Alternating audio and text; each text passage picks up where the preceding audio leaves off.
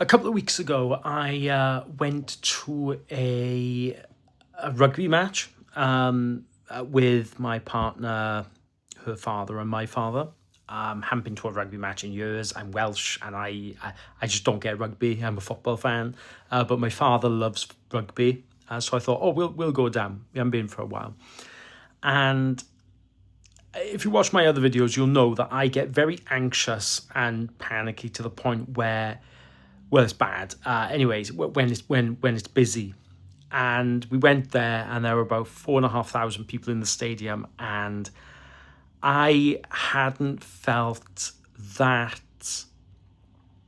I hadn't felt that panicky and that anxious since I fainted 8 years ago and stole my partner's father's hospital bed off him whilst he was in hospital because I fainted next to his bed. That's another video for another day. But yeah, so I felt awful. I felt sick. I felt like I was going to faint. My face both flushed and went numb. My fingers were tingling, my feet were tingling, my nose was tingling. My eyesight went black and white, and I had tunnel vision. And when I was walking around to the stadium, I was having trouble staying upright. Anyway, I got in there. I was with my partner. She also has anxiety and panic attacks just about different things to me. So she's brilliant, she is. I honestly don't know what I would do without her. She is amazing.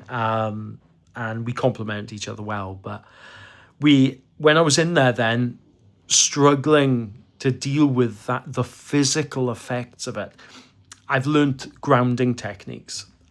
Such as the NHS's, I know it's not the NHS 5-4-3-2-1 technique, but in the stadium it was ice cold, and every time I got this wave of nausea, and it didn't help that people were buying chips and with melted cheese on it and everything like that. It was awful. I kept on bringing vomit up into my mouth and having to swallow it down. I know it's awful, but honestly, if you've never had such bad anxiety, you have no idea honestly how bad it can get.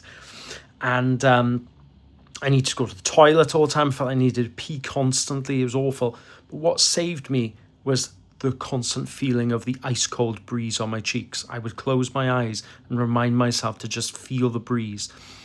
And I'd breathe in and out and slowly box breathing.